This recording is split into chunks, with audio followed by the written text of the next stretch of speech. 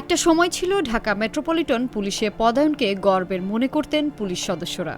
ডিএমপিতে বদলি হতে চেষ্টা, তদবির, চিঠি, সুপারিশের অন্ত ছিল না। অথচ এখন পুলিশ সদর দপ্তরে ডিএমপি থেকে ঢাকার বাইরে বদলি চেয়ে ৭,৫০০-এর বেশি আবেদন জমা পড়েছে। বদলির আবেদনকারী এই সদস্যদের মধ্যে আছেন কনস্টেবল, এএসআই, এসআই পদে কর্মকর্তারা। তারা বলছেন ডিএমপির চাকরিতে এখন কাজের চাপ ও মানসিক চাপ দুটোই বেশি। এজন্য তারা রাজধানীর বাইরে যেতে চাইছেন। আবেদনের এই হিড়িকে পুলিশ সদর দপ্তর এই মুহূর্তে কনস্টেবল, এএসআই ও এসআইদের বদলির সব আবেদন বাতিলের সিদ্ধান্ত নিয়েছে। ডিএমপি থেকে কাউকে সরানো যাবে না বলে সব বিভাগকে নির্দেশনাও দেওয়া হয়েছে। এরপরও চেষ্টা তদবির থামছে না। সূত্র বলছে, গত বছর জুলাই-আগস্টের বৈষম্যবিরোধী ছাত্র আন্দোলন, ছাত্র জনতার অভ্যুত্থান পরবর্তী ঘটনাবলী ডিএমপির অধস্তন পুলিশ সদস্যদের মানসিকতায় ব্যাপক প্রভাব ফেলেছে। আন্দোলন চলাকালে এবং ৫ আগস্ট আওয়ামী লীগ সরকারের পতনের পর সারা দেশে সবচেয়ে বেশি পুলিশের স্থাপনায় হামলা হয়েছে রাজধানীতে। কয়েকটি থানাসহ পুলিশের বিভিন্ন স্থাপনায় অগ্নিসংযোগ ও লুট করা হয়। সহিংসতায় নিহত হন পুলিশের ৪৪ সদস্য। এসব ঘটনায় এবং সমালোচনায় মনোবল হারিয়েছে পুলিশ।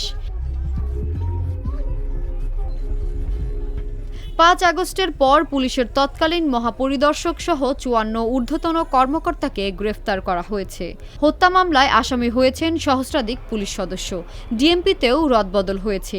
তবে অভ্যুত্থানের পর শুরু হয়েছে বিভিন্ন দাবিতে নানা শ্রেণী পেশার মানুষের আন্দোলন। গত জুলাই থেকে ৩০ মার্চ পর্যন্ত বিভিন্ন দাবিতে রাজধানীতে অন্তত ১৭৯টি কর্মসূচি হয়েছে। একদিনে সর্বোচ্চ ১৭টি স্থানে একসঙ্গে বিক্ষোভ হয়েছে। এসব কর্মসূচিতে অপ্রীতিকর ঘটনা এড়াতে ঘণ্টার পর ঘণ্টা দায়িত্ব পালন করতে হয়েছে। কখনো আন্দোলনকারীদের ছত্রভঙ্গের জন্য করতে হয়েছে লাঠিপেটা, ছুটতে হয়েছে কাঁদানে গ্যাস, জলকামান, সাউন্ড গ্রেনেড, হয়েছে পাল্টাপাল্টি ধাওয়া। ডিএমপির মোট অনুমোদিত সদস্য ৩২,৯৮৭ জন। ডিএমপিতে কর্মরতদের ৫ আগস্টের পর ঢাকার বাইরে বদলি করা হয়েছে। বিভিন্ন জেলা ও বিভাগ থেকে অন্য সদস্যদের ডিএমপিতে আনা হয়। ওই সদস্যরাই কয়েক মাস পরই ঢাকায় থাকতে চান না। ১২ মার্চ পুলিশ সদর দপ্তরের উপমহাপরিদর্শক কাজী মোহাম্মদ ফজলুল করিম স্বাক্ষরিত এক নির্দেশনায় ডিসেম্বর পর্যন্ত সবার আবেদন বাতিল করা হয়। ওই নির্দেশনায় বলা হয়, বিভিন্ন স্মারকের মূল কনস্টেবল থেকে এসআই পর্যন্ত পদে পুলিশ সদস্য যারা অন্যত্র বদলি হওয়ায় আবেদন করেছিলেন ৩১ ডিসেম্বর পর্যন্ত তাদের আবেদন বিবেচিত হয়নি।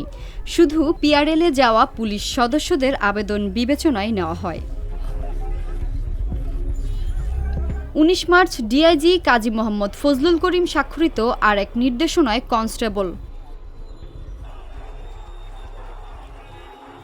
১৯ মার্চ ডিআইজি কাজী মোহাম্মদ ফজলুল করিম স্বাক্ষরিত আর এক নির্দেশনায় কনস্টেবল থেকে এসআই পর্যন্ত বদলির বিষয়ে আবার আবেদন বাতিলের বিষয়টি জানানো হয়।